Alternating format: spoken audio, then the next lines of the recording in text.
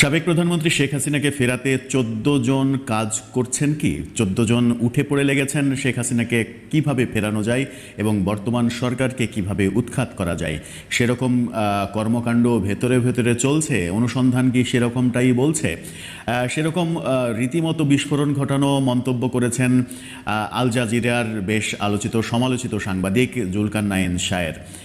তিনি তার ফেসবুক পোস্টে সেরকম একটা আভাস দিয়েছেন এবং সেখানেই তিনি বলতে চেয়েছেন এমনকি শেখ হাসিনার এজেন্টরা বাংলাদেশের বর্তমান অন্তর্বর্তীকালীন সরকারের অভ্যন্তরেও রয়েছে, উপদেষ্টা পরিষদেও রয়েছে। কি আসলে সত্য ঘটনা? শেখ হাসিনা ফিরছেন এই আলোচনা অনেক দিন থেকেই যখন চলছে, তখন জুলকারনাইনের গত 4 দিন আগে করা এই পোস্টটা এখন 4 দিন পরে এসে অনেক বেশি আলোচিত হচ্ছে, যখন কিনা পার্শ্ববর্তী দেশ ইন্ডিয়াতে বিশ্ব গোয়েন্দা প্রধানদের রীতিমতো সম্মিলন ঘটেছে। তুলসী গ্যাবার্ড এসেছেন ইন্ডিয়াতে এবং তার সঙ্গে যুক্তরাজ্য, কানাডা, অস্ট্রেলিয়া সহ 20টি দেশের গোয়েন্দা প্রধানরা ভারতে এসেছেন। সেখানে আন্তর্জাতিক গোয়েন্দা প্রধানদের একটা সম্মেলন হবে।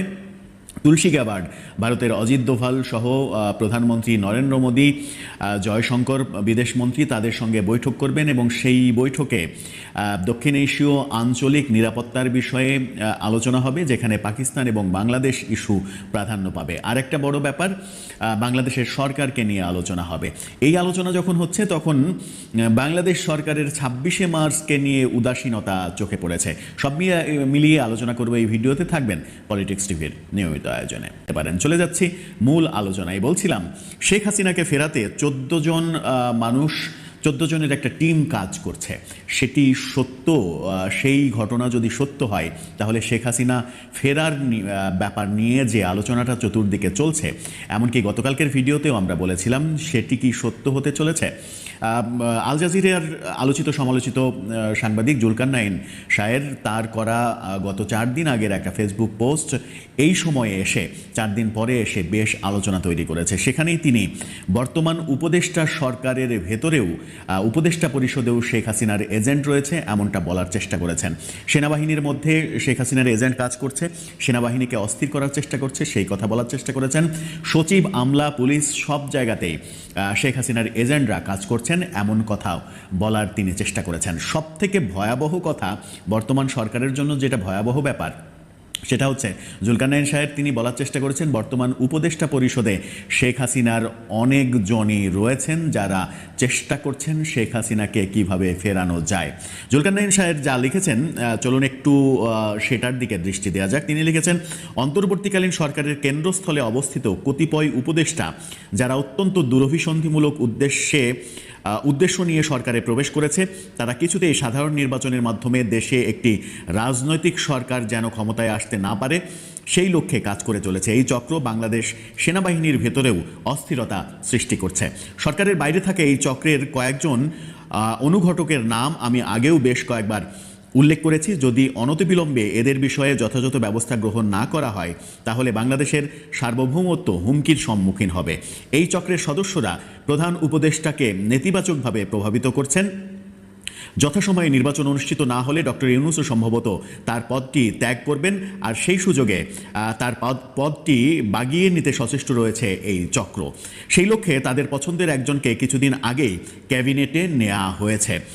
উপদেষ্টা, সচিব, গুরুত্বপূর্ণ সামরিক বাহিনীর শীর্ষ কর্মকর্তা সব মিলিয়ে এদের মূল ইনসাইডারের সংখ্যা 9 জন, আর ভাইটাল আউটসাইডার অ্যাক্টর রয়েছেন 5 জন। এছাড়াও আরও বেশ কয়েকজন রয়েছে। ইনসাইডার হিসেবে 9 জনকে বলেছেন, আউটসাইডার হিসেবে 5 জনকে, অর্থাৎ সরকারের বাইরে আছে এরকম 5 জনকে ইন্ডিকেট করা হয়েছে। মোট 14 জনের একটা টিম। তারা ফাইলপত্র ঘেটে কিভাবে শেখ হাসিনাকে আবার ক্ষমতায় আনা যায়, কিভাবে এই সরকারকে ফেলে দেওয়া যায়, এই সরকার ডক্টর ইউনূসকে সরিয়ে দিয়ে সেই পদটা বাগিয়ে নেওয়া যায় এবং সেই সুযোগে শেখ হাসিনার পক্ষে নির্বাচনী কার্যক্রম তৈরি করে আগামী নির্বাচনে শেখ হাসিনাকে আবার বিজয়ী করা যায়, শেখ হাসিনাকে বীরের বেশে বাংলাদেশে আনা যায়, সেই চেষ্টা করছে। জুলকারনাইন শায়ের এই তথ্য জানেন, অথচ বাংলাদেশের বর্তমান উপদেষ্টা সরকার কি এই তথ্য জানে না? কিছুদিন আগে জুলকারনাইন শায়ের একটা পোস্টকে কেন্দ্র করে সেই ব্যাপারে সরকারকে পদক্ষেপ নিতে দেখা গেল, অথচ এই ব্যাপারে সরকার কি কিছুই জানে না? সেইটা একটা বড় প্রশ্ন। তাহলে কি যে আলোচনাটা ভারতের প্রথম সারির গণমাধ্যমগুলো উস্কে দিয়েছে, প্রথম সারির গণমাধ্যমগুলো প্রতিনিয়ত বলছে শেখ হাসিনা বীরের বেশে ফিরছেন এবং প্রধানমন্ত্রী হিসেবেই ফিরছেন, সেই আলোচনাটা সত্য হতে চলেছে? এই আলোচনা যখন করছি তখন ভারতে আন্তর্জাতিক গোয়েন্দা প্রধানদের সম্মিলন হচ্ছে। তুলসী গ্যাবার্ড ভারতে আসবেন একথা আমরা আগেই জানিয়েছিলাম, অবশেষে তিনি এসেছেন। থাইল্যান্ড সফর শেষে ভারতে এসেছেন। তুলসী গ্যাবার্ডের সঙ্গে কানাডা, যুক্তরাজ্য, অস্ট্রেলিয়া সহ 20টি দেশের গোয়েন্দা প্রধানরা এসেছেন। সেখানে একটা সম্মেলন হবে। এরপরে তুলসী গ্যাবার্ড ভারতীয় বিভিন্ন স্টেক হোল্ডারের সঙ্গে মিটিং করবেন। সেখানে বাংলাদেশ এবং পাকিস্তান সম্পর্কে গুরুত্বপূর্ণ আলোচনা হবে। বাংলাদেশ সরকার নিয়ে ডোনাল্ড ট্রাম্পের যে ভাবনা, সেই ভাবনার একটা কপিও তুলসী গ্যাবার্ড ভারত সরকারের কাছে পৌঁছে দেবেন। নরেন্দ্র মোদীর সঙ্গে যদি তুলসী গ্যাবার্ডের আলোচনাতে বাংলাদেশ প্রসঙ্গ স্থান পায়, তাহলে সেটি কোন পর্যায়ে যাবে সেটাও চারিদিকে আলোচনা হচ্ছে। বাংলাদেশ ব্যাপারে যুক্তরাষ্ট্র কি ভাবছে এবং তুলসী গ্যাবার্ডের এই সফর শেষে পরিস্থিতি কোন দিকে যাচ্ছে সেটা মোটামুটি স্পষ্ট হবে। আগামীকালকে প্রধানমন্ত্রী নরেন্দ্র মোদীর সঙ্গে তুলসী গ্যাবার্ডের বৈঠক, যেখানে নরেন্দ্র মোদী ছাড়াও অজিত দোভাল থাকবেন, বিদেশমন্ত্রী জয়শঙ্কর থাকবেন, বিজেপির নেতা অমিত শাহ থাকবেন, এরকম গুরুত্বপূর্ণ কয়েকজন থাকবেন। সেই বৈঠকেই বাংলাদেশ সম্পর্কে আলোচনা হবে বলে ভারতীয় গণমাধ্যমগুলো খবর দিচ্ছে।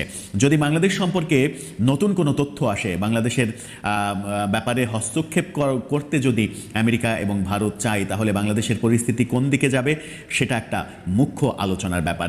এই আলোচনা যখন করছি তখন বাংলাদেশ সরকারকে নিয়ে আবার নতুন আরেকটা সমালোচনা শুরু হয়েছে। চারিদিকে ধর্ষণকাণ্ড যখন চলছেই, যেটি ঠেকানো যাচ্ছে না, আসিয়ার মর্মান্তিক মৃত্যু আমরা দেখেছি, ঠিক সেই সময়ে সরকারের পক্ষ থেকে একটা খবর সামাজিক যোগাযোগ মাধ্যমে ভাইরাল হয়েছে। 26শে মার্চ মহান স্বাধীনতা দিবস এবং জাতীয় দিবসে চিরাচরিত যে কুচকাওয়াজ অনুষ্ঠান হয়, সেই কুচকাওয়াজ নাকি এবার হবে না। কুচকাওয়াজ করার মানসিকতায় সরকার নেই, এরকম কথা শোনা যাচ্ছে। 26শে মার্চে মহান স্বাধীনতা দিবসে ঐতিহ্যবাহী এই কুচকাওয়াজ না করার পেছনে কি কারণ থাকতে পারে সেটি নিয়েও আলোচনা চলছে। তাহলে কি বাংলাদেশে পাকিস্তান পন্থা জেঁকে বসতে চলেছে? এই আলোচনা সর্বত্র যখন হচ্ছে, তখন বাংলাদেশের জন্য বোধহয় একটা বড় খারাপ খবরই যে মহান স্বাধীনতা দিবস এবং জাতীয় দিবসে কুচকাওয়াজ হবে না। সরকার তাহলে কোন পথে হাঁটছে? সরকার প্রধান ডক্টর ইউনূস যে রিসেট বাটনের কথা বলেছিলেন, ইতিহাস মুছে দেওয়ার কথা বলেছিলেন, সেই রিসেট বাটনকে কাজ করতে শুরু করেছে। সেই আলোচনা চতুর্দিকে চলছে। আদতে সরকার কি করছে কি করছে না সেটা বোধহয় এখনো বুঝে উঠতে তারা পারছে না। দর্শক, আপনার কি মনে হয় সব মিলিয়ে আমরা কোন দিকে ধাবিত হচ্ছি? আপনার মতামত জানিয়ে লিখতে পারেন আমাদের। প্রিয় দর্শক, থলের বিড়াল বের হয়ে আসতে শুরু করেছে। জাতিসংঘের মহাসচিব অ্যান্টোনিও গুতেরেস কেন, কি উদ্দেশ্যে, কোন এজেন্ডা নিয়ে মহা ধুমধামের সঙ্গে বাংলাদেশের 4 দিন সফর শেষে ফিরে গেলেন? কিছু কিছু বিষয় একেবারে সুনির্দিষ্টভাবে আপনাদের সামনে তুলে ধরলে খুব খোলাসা হবে যে কি উদ্দেশ্য নিয়ে তিনি এসেছিলেন, কারা তাকে নিয়ে এসেছিলেন। বিভিন্ন রাজনৈতিক দলের সঙ্গে জাতিসংঘের লোকাল অফিস রাউন্ড টেবিল বৈঠকের আয়োজন করলেও কারা সেখানে কন্ডাক্ট করেছিল, সঞ্চালনা করেছিল।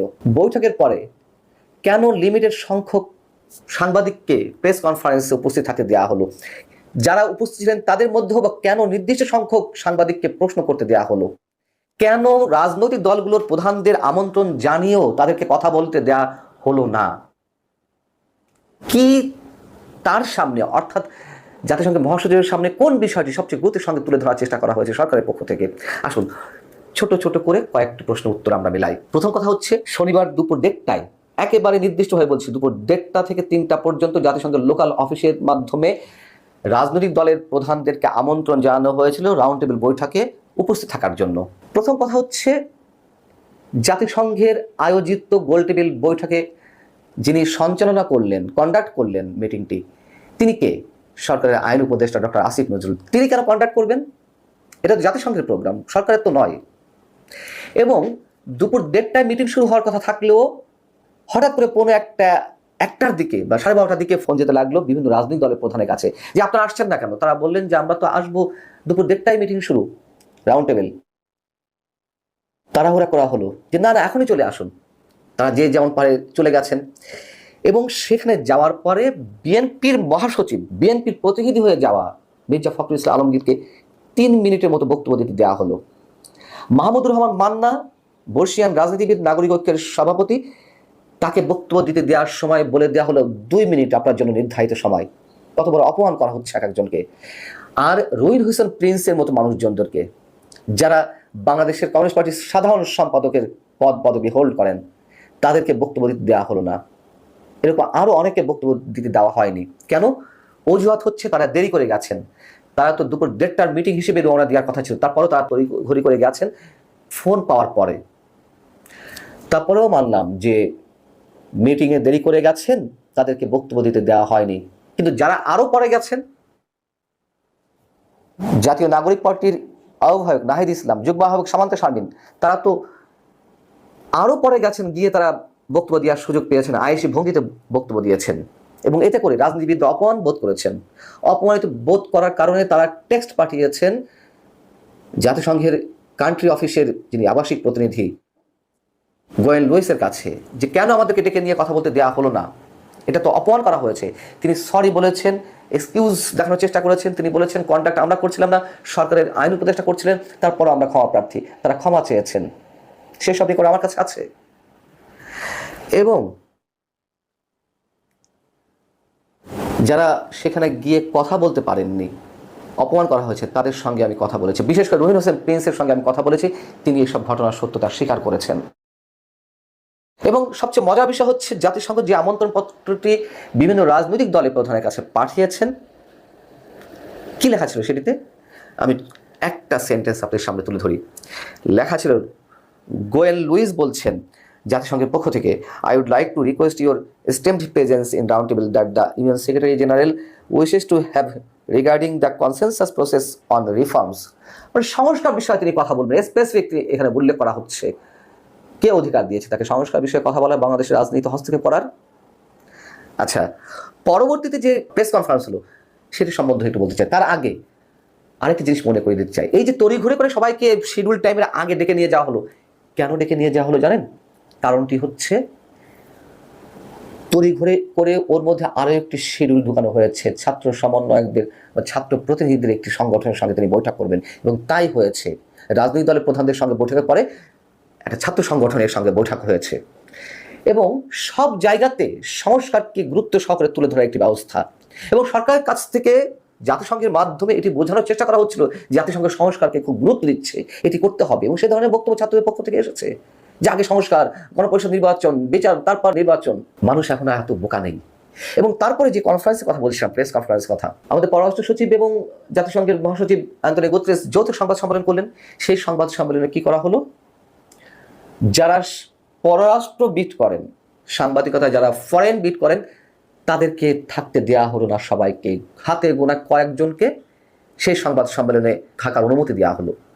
আরো অদ্ভুত বিষয়, যারা উপস্থিত থাকলেন তো থাকলেনই, তাদের সবাই আবার প্রশ্ন করতে পারবেন না। প্রশ্ন করবে কারা? আগে থেকে পূর্ব নির্ধারিত 4 জনের নাম ঘোষণা করা হলো যে এই 4 জন প্রশ্ন করবেন। সেই 4 জনের মধ্যে কারা? একজন হচ্ছেন এএফপির প্রতিনিধি, যেই এএফপিতে কাজ করে এসেছেন এখন আমাদের প্রধান উপদেষ্টা ডক্টর মোহাম্মদ ইউনূসের যিনি প্রেস সচিব শফিউল আলম। যাই হোক, তার স্থলাভিষিক্ত যিনি হয়েছেন, তিনি প্রশ্ন করেছেন Financial Times, the New Age, the Daily Star, এই 4টি প্রতিষ্ঠানের সাংবাদিকরা প্রশ্ন করার সুযোগ পেয়েছেন। প্রশ্ন যে আগে থেকে নির্ধারিত, এটা তো স্পষ্ট, কিসের পরে কি বলা যাবে না, কোন টাইপের প্রশ্ন করতে হবে, আগে থেকে সব বলা। এই যে নাটক, সিরিজ নাটক একের পর এক, এগুলো আমাদেরকে মঞ্চস্থ করতে হচ্ছে। এবং এটা তো স্পষ্ট, খুব ভালোভাবেই স্পষ্ট যে জাতিসংঘের মহাসচিব কি উদ্দেশ্যে এসেছিলেন। এবং যে প্রেস কনফারেন্সটি হয়েছে, সেই প্রেস কনফারেন্সকেও অনেককে এই নামেই অভিহিত করছেন যে স্টেজড প্রেস কনফারেন্স। আর তো কিছু বলার থাকে না। এবং একের পর এক এ ধরনের নাটক করে যাবে সরকার, সরকারের রাজনৈতিক দল, কিংস পার্টি, আর মানুষ চেয়ে চেয়ে দেখবে। এটা হয়। দর্শক, সম্পূর্ণ ভিডিওটি দেখলেন, আশা করি বিষয়টি বুঝতে পেরেছেন। এই নিয়ে আপনার গুরুত্বপূর্ণ মন্তব্যটি অবশ্যই কমেন্ট বক্সে জানিয়ে দিবেন। ধন্যবাদ।